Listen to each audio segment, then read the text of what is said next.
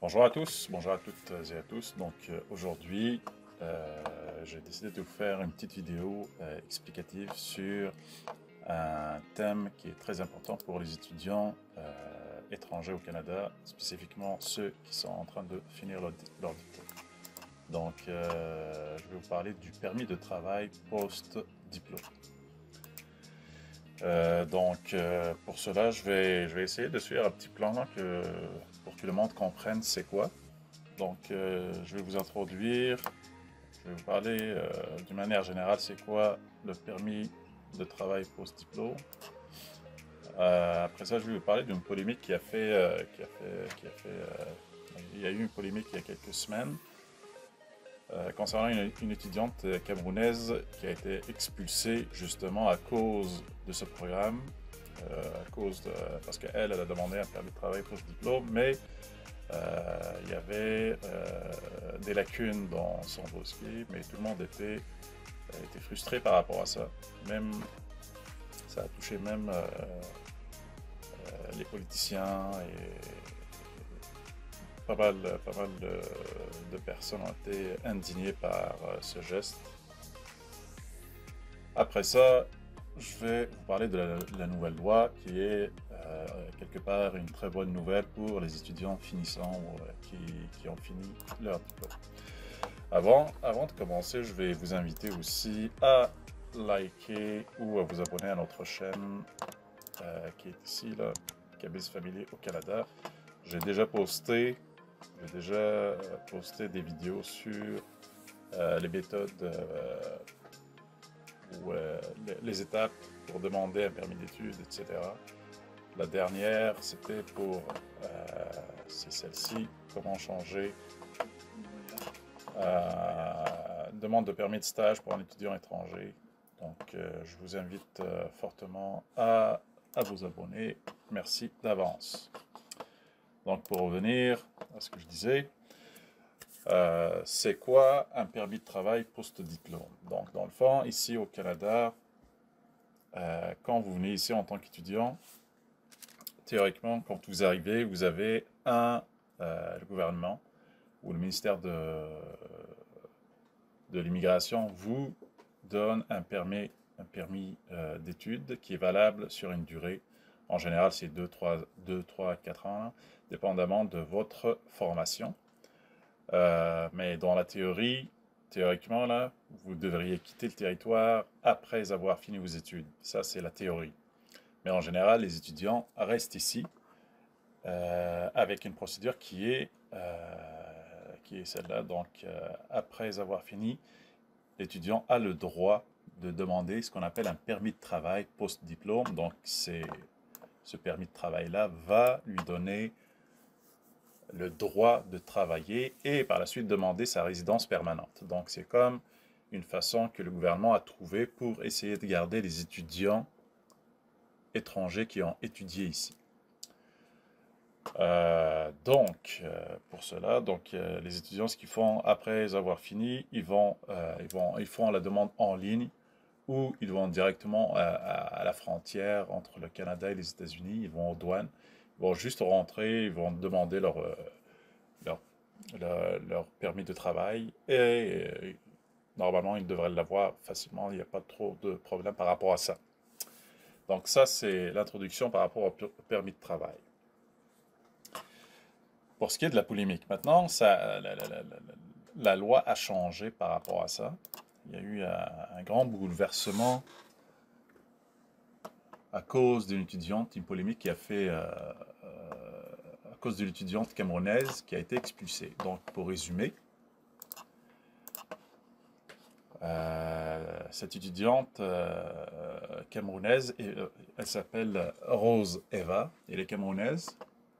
Elle est venue ici au Canada en 2017, en septembre 2017. Donc, elle a eu un permis d'études valable de septembre 2017 à décembre 2020. Elle est venue pour faire une technique en informatique. Cette fille-là travaillait aussi à temps partiel. Juste entre parenthèses, quand vous venez pour étudier ici à temps plein, la loi vous donne le droit de travailler 20 heures par semaine. Ça, c'est la loi. Quand vous êtes étudiant, vous pourriez toujours travailler 20 heures par semaine en dehors de vos études. Donc, la fin de semaine ou les soirs après vos cours, vous pouvez aller travailler pour essayer de gagner un peu d'argent. Mais pas plus que 20. Ça, c'est la théorie. Donc, je ferme la parenthèse. Donc, cette fille-là faisait ses études à temps plein et travaillait à temps partiel dans un magasin, d'après ce que j'ai compris, pour gagner un petit peu sa vie, je suppose.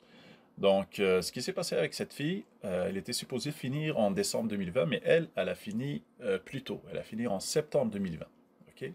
Donc, au lieu de finir le décembre 2020, elle a terminé en septembre. Donc, elle avait genre 2 mois d'avance par rapport à son délai. Donc, elle a continué à travailler dans le magasin à temps partiel. Et en décembre, elle est allée à la frontière américaine, à la frontière canado-américaine, pour demander son permis de travail post-diplôme. À sa grande surprise, les douaniers lui ont posé la question: est-ce que vous avez travaillé durant ce temps-là, de septembre à décembre? Elle a dit oui, elle était honnête. Ça, c'était le piège. Donc, rien que pour ça, les douaniers lui ont refusé,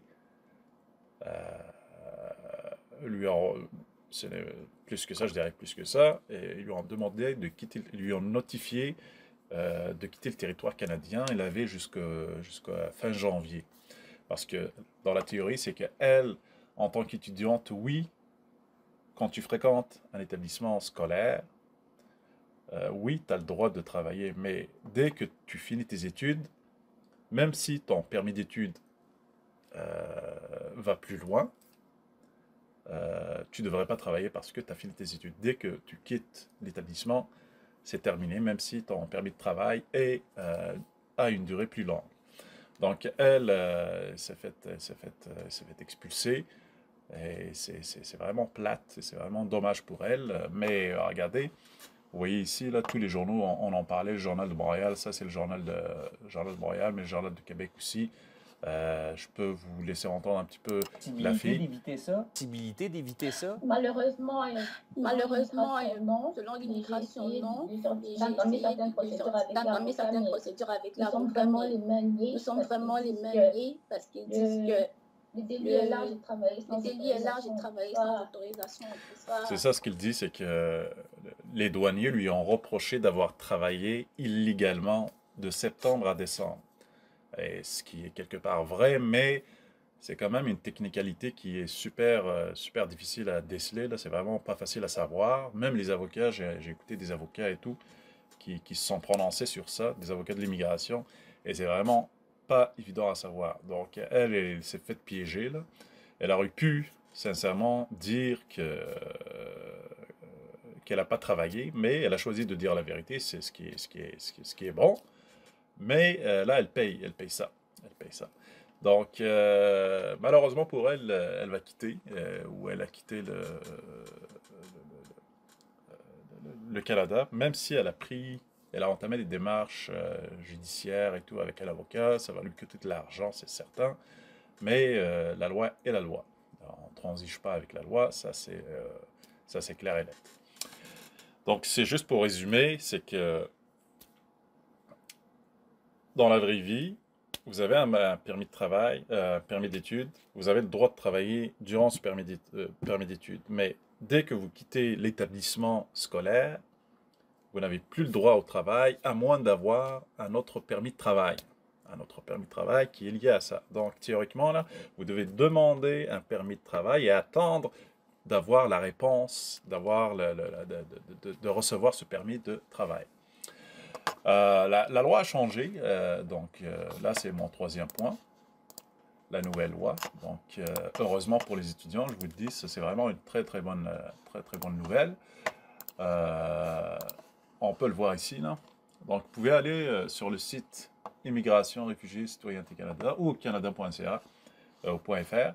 Vous pouvez trouver toute l'information liée au programme de permis de travail post-diplôme, PPTPD. Donc, en gros, ce qui a changé, vous pouvez le lire ici, les étudiants qui ont terminé leur programme d'études. Donc, dorénavant, depuis quelques jours, je pense, depuis la date de modification qui est là, le 21 février, donc il y a quelques jours, les étudiants pourront, on peut le lire, je peux le lire pour vous là. Les étudiants qui ont terminé le programme d'études sont autorisés à travailler à titre de en attendant qu'une décision soit rendue. Donc, le changement majeur qui a été fait par rapport à la loi, c'est que vous avez le droit de travailler quand vous déposez une demande pour le permis d'études pour le programme, là, permis de travail post-diplôme. Vous avez quand même le droit maintenant de travailler. Alors qu'avant, non. Avant, il fallait attendre la réponse, il fallait attendre d'avoir la réception de votre permis. Alors que maintenant, non. Vous avez fini les études, vous faites une demande, vous allez travailler, c'est correct, ça marche. Mais maintenant, il y a toujours des restrictions. Alors, regardez, comme vous le voyez ici. Là, c'est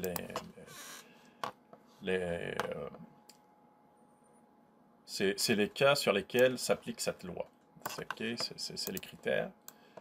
Donc, pour être admissible à un permis de travail postsecondaire et avoir le droit de travailler dès lors que vous déposez, il faut être titulaire d'un permis d'études valide au moment où vous présentez la demande. Ça, c'est très important.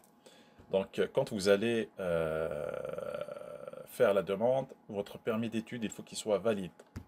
Ça, c'est important. Étudiant inscrit à temps plein dans un programme postsecondaire. Donc, il faut que vous soyez quand même un étudiant, ça c'est clair, à temps plein. Ils ont satisfait les conditions requises pour travailler hors campus au permis de travail. Ça, c'est la loi par rapport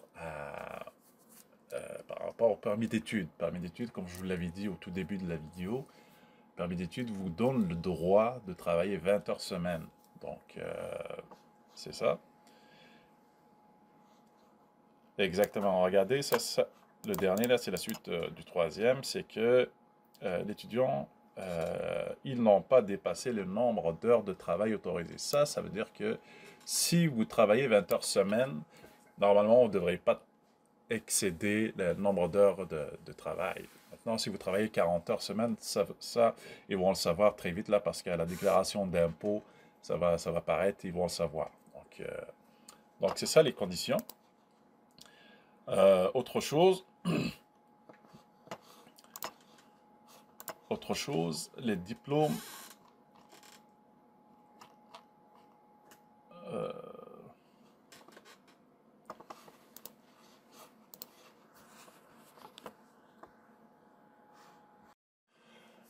Il y a aussi, je voulais aussi vous dire une chose par rapport à ça. Bon, il y a les critères qu'on a vus, les 4 critères sont relativement simples pour bénéficier de cette nouvelle règle.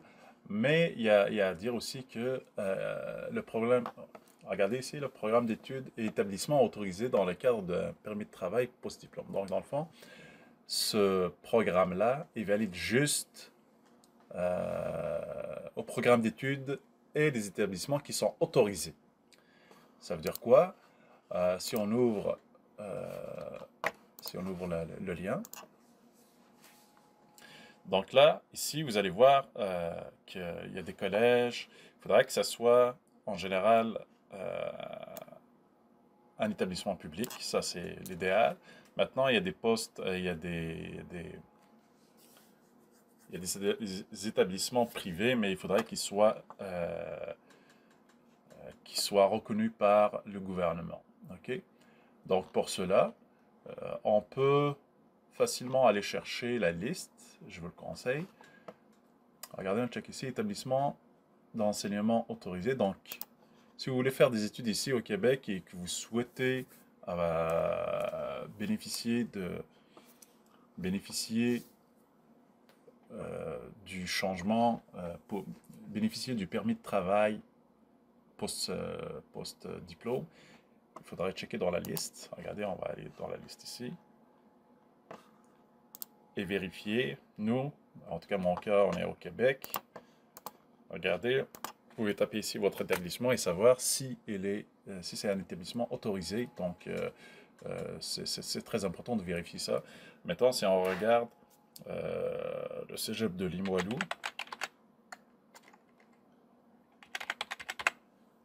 regardez, Limoilou, cégep Limoilou, c'est un établissement qui est accepté, admissible au permis de travail post-diplôme. Ok, regardez ici, c'est écrit oui. Donc, mais après, si on prend un autre établissement qui est connu à Montréal par les étudiants étrangers, on ne se le cachera pas, c'est l'Institut Descartes. Regardez, vous le voyez ici. On n'a pas un oui. Regardez, il y a un détail, ça veut dire qu'il y a des exceptions. Si vous choisissez cet établissement, donc eux ils disent, pour être admissible à un PTBPD, votre programme doit être dans une durée minimale de 900 heures. Donc, ça, c'est très important à retenir. Et mener à l'obtention d'une attestation ou un des diplômes suivants. Donc, pas tous les diplômes de cet établissement sont acceptés. Donc, il faut faire un diplôme d'études professionnelles, un DEP, une attestation spécialisée professionnelle, un DEC ou un AEC. Bien sûr, tout en se rappelant que c'est minimum 900 heures. Donc, c'est ça, faites attention à vos choix, vérifiez dans la liste, c'est très important. Sinon, c'était ça. Si vous avez des questions, bien sûr, n'hésitez pas à nous faire des commentaires. Je vous reviens aussi sur la vidéo, sur ma chaîne, c'est très important. Comme je vous l'avais dit, je vous invite à visionner les 4-5 vidéos liées à la demande de permis d'études. Ma dernière, c'était pour un permis de stage.